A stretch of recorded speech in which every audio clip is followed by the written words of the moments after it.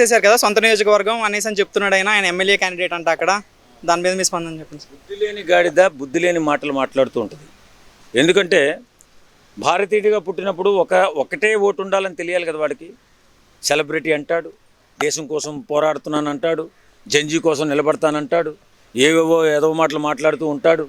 కాబట్టి నేను ఏమంటానంటే, ఇంత బాధ్యతగా దేశం గురించి జనం గురించి మన రాజకీయాల గురించి ఏదో స్పష్టంగా మాట్లాడుతున్నాను, నేను ఒక్కడనే పెద్ద మోతుబరిని అని చెప్పి మాట్లాడుతావు కదా.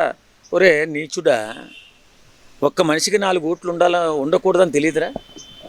కాబట్టి వేళ నాలుగు ఓట్లు ఒక్కసారిగా ఎగిరిపోయి ఉంటాయి. కాబట్టి వేళ నా ఓటు తీసేశారు అని చెప్పి ఎడుతున్నాడు. ప్రధానమంత్రి అంట భయపడుతున్నాడంట ఆయన ఓటు. ఈ సన్నాసిని చూసి ప్రధానమంత్రి భయపడతాడా? మన దేశాన్ని చూసి ఇతర దేశాలు భయపడుతున్నాయి. వేళ మన దేశంలో ఉన్నటువంటి నేను భారతీయుడిని అని చెప్పుకుంటే ఏ దేశంలో అయినా సరే అద్భుతమైన గౌరవం పెరిగింది. ఒకప్పుడు భారతీయులు అంటే పెద్దగా లెక్క చేసేవారు కాదు. వేళ భారతీయుడిని నేనంటే మన ఆత్మీయుడురా అని చెప్పి ప్రతి దేశం కూడా హక్కును చేర్చుకునే విధంగా మన దేశ గౌరవాన్ని పెంచిన వ్యక్తి ఎవరైనా ఉన్నారంటే దట్ ఈజ్ నరేంద్ర మోడీ.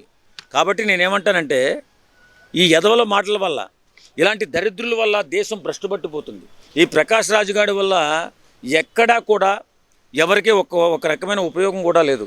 కాబట్టి ఈవేళ ప్రకాష్ రాజును చూసి మోడీ భయపడుతున్నాడంట.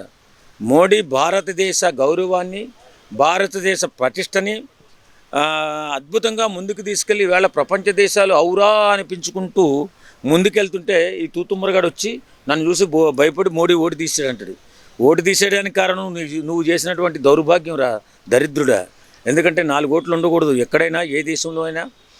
ఎవరికైనా ఒక్క మనిషికి ఒక్క ఓటే ఉంటుంది. కాబట్టి అది గుర్తించలేని నువ్వు దేశం కోసం, ధర్మం కోసం బాధ్యత. వీడు మళ్ళీ ప్రత్యేకంగా పవన్ కళ్యాణ్ గారిని విమర్శిస్తుంటారు. ఎదవా, పవన్ కళ్యాణ్ గారి కాళ్ళు కడిగి రోజు నెత్తిమ పోసుకున్నా నువ్వు చేసిన పాపాలు తగ్గిపోవు. ఎందుకంటే దేశం కోసం, ధర్మం కోసం ఆయన అంత అద్భుతమైన మనస్తత్వంతో పనిచేస్తున్నాడు, సేవ చేస్తున్నాడు, పేదల పక్షాన్ని నిలుస్తున్నాడు, సంపాదించిన దాంట్లో ఎంతో కొంత ప్రజలకు పంచిపెడుతున్నాడు. నువ్వేం చేసావురా? సంపాదించి నీకు సెలబ్రిటీ హోదా ఇస్తే దేశం మీద విషం జిమ్ముతున్నావు. ఇలాంటి విషం జిమ్మే యధవులు ప్రకాష్ రాజ్ లాంటి వాళ్ళు కుక్కుమూరి పిందిల్లా మాడి మసైపోతారు తప్ప మన దేశం ఎప్పుడూ కూడా అద్భుతమైన ప్రగతి సాధించుకుంటూ ప్రపంచంలోనే అద్భుతమైన దేశంగా, నెంబర్ 1 దేశంగా త్వరలో కొన్ని సంవత్సరాల్లోనే మన దేశం నెంబర్ 1 దేశంగా ఎదగబోతుంది.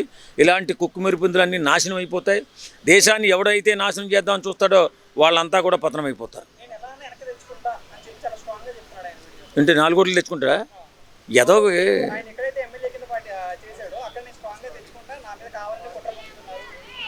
కావాలని కుట్ర పొందరా బాబు.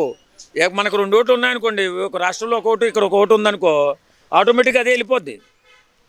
అది తెలియక ప్రధానమంత్రి వీడి కోసం చూస్తున్నాడు అన్నట్టుగా మాట్లాడుతున్నాడు. అంటే వీడు గొప్ప ఏదో చెప్పుకుంటున్నాడు వీడు, అంతే తప్ప వీడికి అంత సీన్ లేదు. ఒకవేళ ఓటు కావాలంటే మళ్ళీ ఓట్లు పోయిన తర్వాత మళ్ళీ నెక్స్ట్ ఓట్లు అప్లికేషన్ పెట్టుకోవచ్చు. ఓటు ఇస్తారు, అదొక ఇవ్వకుండా ఎలా ఉంటారు? కాబట్టి నేనేమంటానంటే, మనం మంచి పెద్ద పెద్ద మాటలు మాట్లాడేటప్పుడు మనం కూడా నిజాయితీగా ఉండాలి. మనం కూడా మన దేశ అభివృద్ధిలో భాగం పంచుకోవాలంటే ఖచ్చితంగా నిజాయితీపరుడే ఉండాలి. వీడు నిజాయితీపరుడు కాదు కాబట్టి దేశ నాశనాన్ని కోరుకుంటున్నాడు ప్రకాష్ రాజ్. వాడి అంతం త్వరలోనే అవుతుంది.